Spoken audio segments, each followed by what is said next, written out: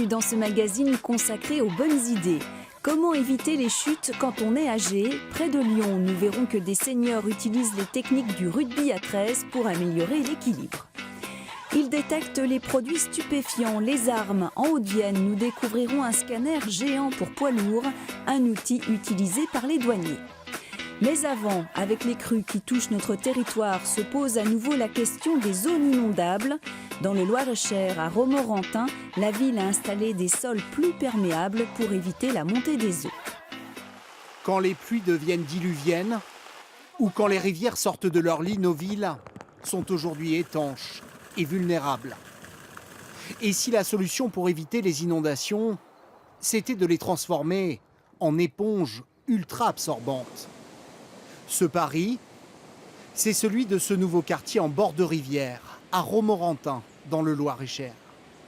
Autour de cet immeuble sur pilotis construit en 2011, ce terrain, laissé sans construction, permet au cours d'eau de se déverser librement en cas de crue. On la laisse rentrer doucement et calmement par l'amont du quartier. L'eau va passer sous l'immeuble et le point le plus important, c'est que l'eau puisse retourner le plus vite possible à la rivière, ce qu'on appelle la sortie de l'eau.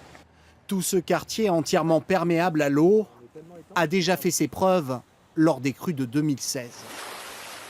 À l'époque, en 48 heures, la rivière y était montée de près d'1,50 m, avant de retrouver son lit sans encombre en seulement une dizaine d'heures. Ce quartier-là a eu 0 dommage quand l'eau est repartie vite. Construire des quartiers ou même des villes entières semblables à des éponges, c'est aussi l'ambition des autorités chinoises. Dans ces rues de la ville de Suining, toutes les eaux de pluie passent librement à travers un revêtement totalement perméable pour être collectées plus d'1 mètre sous la chaussée. Avant la transformation, même en cas de petite pluie, l'eau stagnait. Et quand il y avait une averse, c'était inondé. En juin 2013, on a même eu 1,30 m d'eau ici même.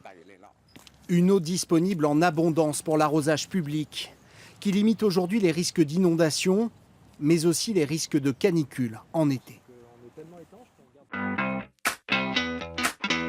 Ils ne sont que 3 en France. Les scanners mobiles pour camions ont été conçus pour détecter les cargaisons qui transportent des produits illégaux. Un outil redoutable utilisé par les services des douanes. L'une de ces machines était de passage en Haute-Vienne. C'est un camion pas comme les autres. Un poids lourd doté d'un portique scanner à rayon X. Ici, en moins de 5 minutes, les douaniers peuvent ainsi rechercher des produits stupéfiants, des armes, des contrefaçons, des cigarettes de contrebande ou encore des clandestins. Quand on scanne un véhicule, que ce soit poids lourd ou camionnette, à l'intérieur il y a un logiciel. C'est-à-dire que l'image, au lieu d'arriver d'un bloc, elle va arriver par lamelle et le logiciel va le retransmettre en une image, comme une photo. Confidentialité oblige, nous ne verrons pas cette fameuse photo. Une image qui permet de visualiser l'intégralité du véhicule de la cabine aux essieux. Rien n'échappe aux douaniers. Si la logistique est impressionnante, le gain de temps l'est tout autant. Si nous n'avions pas le camion scanner mobile, nous serions dans l'obligation d'aller dans une entreprise, de dépoter l'intégralité du chargement qui se trouve à l'intérieur du camion, et ça nous prendrait au minimum une demi-journée. Le scanner mobile de la douane vient régulièrement au Limousin. À ce jour, rien à déclarer. Mais le 23 janvier dernier à Lyon, ce sont 2,3 tonnes de résine de cannabis qui ont ainsi été détectées. Dans la Loire, 2 jeunes designers ont décidé de faire découvrir leur métier au grand public. Ils proposent des ateliers participatifs où chacun peut apprendre à fabriquer un objet personnalisé. Après avoir investi différents lieux, ils vont prochainement s'installer à Saint-Étienne. Nous voici arrivés dans la première pièce du futur local Atelier Regard. Donc là, l'idée, c'est que cet espace sera consacré notamment aux ateliers participatifs. Lucille et Guillaume sont 2 anciens étudiants de l'école de design de Saint-Étienne. Depuis 2015, ils proposent des ateliers participatifs au public, une sorte d'initiation au métier du design qui plonge les participants au cœur du processus de la conception d'un objet. L'idée, c'était de faire un peu comprendre ce que c'est que le métier du designer. C'est un métier qui est souvent mal compris, on ne sait pas trop ce que c'est que le design finalement. On a tendance souvent à s'arrêter à l'aspect esthétique d'un objet, mais pas du tout, ça va bien au-delà. Imaginer un objet, le dessiner, le modéliser en 3D avant de le fabriquer, le public découvre tous les stades de la création et repart avec sa lampe, son vase ou même sa barre au chocolat personnalisée. Jusqu'à présent, Lucille et Guillaume organisaient leurs ateliers dans différents lieux comme la Cité du Design ou le Centre Pompidou à Paris. Désormais, ils se dérouleront dans leurs propres locaux au cœur de Saint-Étienne. C'est aussi une sorte de valeur sûre de s'installer à Saint-Étienne et de montrer que les designers restent et essayent aussi de partager leurs connaissances, leur savoir-faire autour du design avec un public de Stéphanois qui n'est peut-être pas forcément au courant de ce qu'est vraiment le design. Alors voilà à quoi ressemblera le futur atelier, donc avec un petit relookage de la façade actuelle.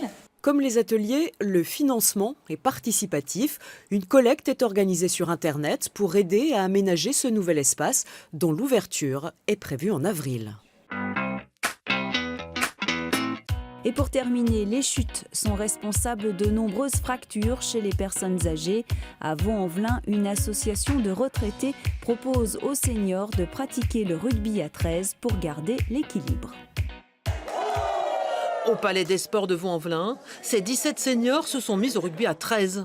Depuis octobre dernier, ils se retrouvent ici chaque semaine pour apprendre des gestes du 13. Objectif, améliorer leur équilibre dans tous les sens du terme. Seul le rugby à 13 propose en effet une phase de jeu appelée le tenu. Premier temps, je vais ramener mes genoux au coude. Deuxième temps, jambes opposées par rapport au ballon, histoire de m'équilibrer. Et là, on va se retrouver en fait sur ce fameux pas de rattrapage pour jouer le tenu. Tenu ! Apprendre à se relever, mais surtout à éviter les chutes. Car tout le programme pédagogique vise à cela, prévenir les troubles liés à l'équilibre. Dans le groupe, ils ont entre 65 et 85 ans. Et au bout de 8 séances, les résultats sont déjà là. On se sent mieux quand on a du vent ou qu'on est bousculé, on arrive mieux à se rattraper. Parce qu'ils nous ont appris à des positions qui étaient quand même un peu plus sécurisantes par rapport à nos âges. Et on a toujours la peur de tomber, nous, quand on a nos âges, de se faire mal ou quoi que ce soit. Je reconnais que depuis, je fais plus attention et je prévois les chutes. En faisant quoi ? Eh bien, en posant mes pieds, je fais attention parce qu'avant, par exemple, j'étais sur un escabeau et je loupais toujours la dernière marche. Le groupe, qui partage déjà plusieurs pratiques sportives, se connaît très bien. Mais l'activité semble leur avoir donné de l'énergie à revendre et une gaieté contagieuse. D'ailleurs, le programme de la fédération de rugby baptisé Silver 13 a marqué tout de suite des essais. Ils sont désormais plus de 100 pratiquants à Vaux-en-Velin, Villeurbanne et Dessines.